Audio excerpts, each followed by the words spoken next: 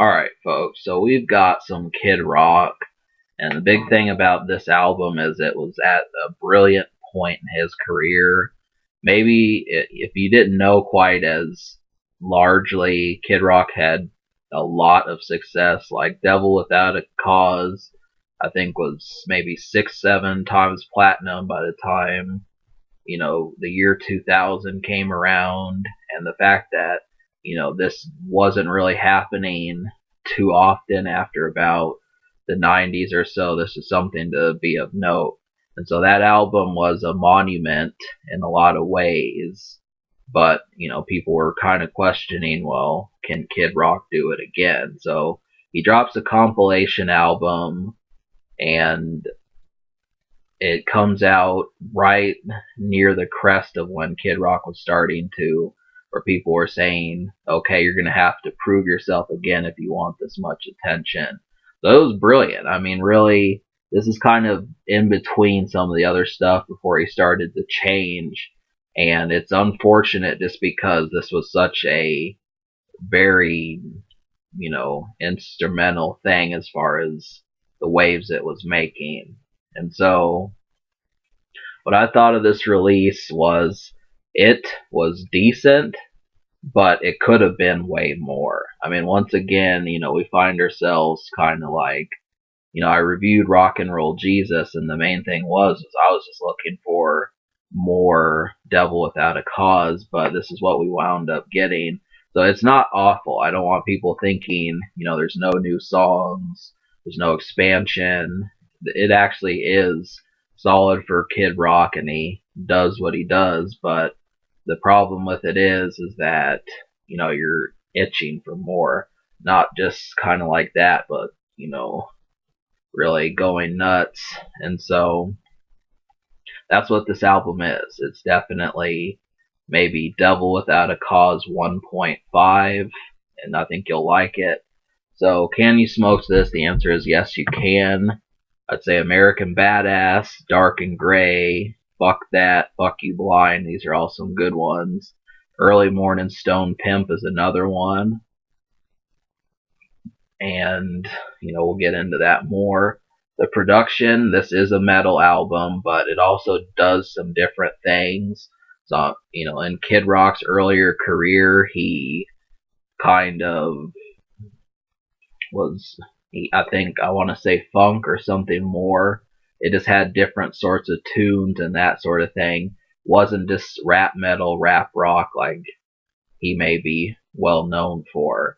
So you kind of see that. I'm trying to think of a song like You Keep On and Early Morning Stone Pimp and Fuck You Blind. You'll see you're not just going to hear guitars all over the place.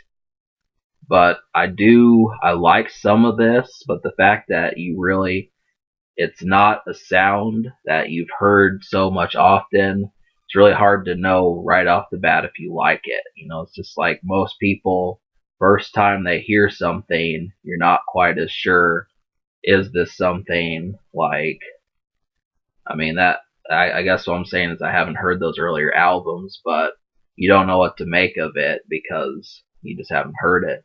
So, but I know the metal songs, and those are definitely in high fashion when they show up.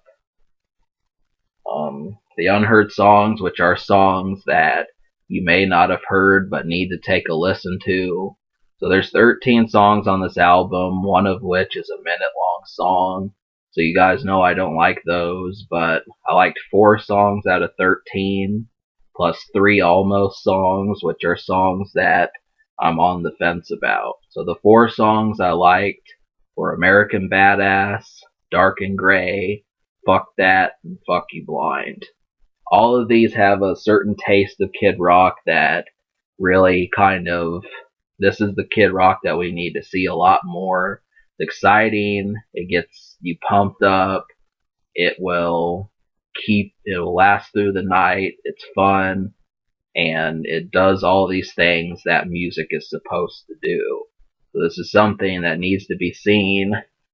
And the thing about Devil Without a Cause is, music, doing it for the first time, usually the second time you do something, you start to get used to it more and you can do more tricks that you couldn't do before. It's unfortunate that this was not seen more thoroughly. So American Badass is obviously one of the main songs that I'm pointing to, is because, this is a weapon, but, people said rap metal died. So fuck you, or fuck that is another one. But the Almost songs, Early Morning Stone Pimp, sounded really hazy. I think you may end up liking that, but it's not necessarily metal.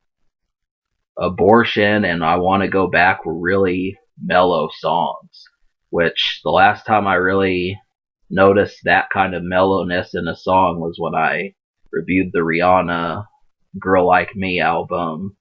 It's just so lazy. It's effective in the sense that it just makes you want to not do anything, and it's pretty infectious. But I mean, I guess in the context of I don't know. I mean, the point is, I think I'll wind up liking this later, but it was kind of surprising to get those types of songs. So the score, because 7 out of 13.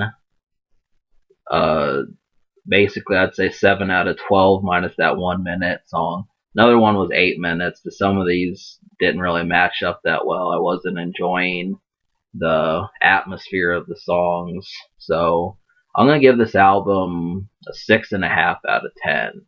7 out of 13 is really decent, but there just could have been maybe 1 or 2, 3 more rock-based songs, something else to throw in, and it would have been absolutely, Kid Rock would be 2 for 2. So, yeah, the future. Kid Rock dropped an album in 2015. The social score, I'm going to give this album an 8, just because it is, I think most people will know Kid Rock, and basically this would be the album to go to after Devil Without a Cause.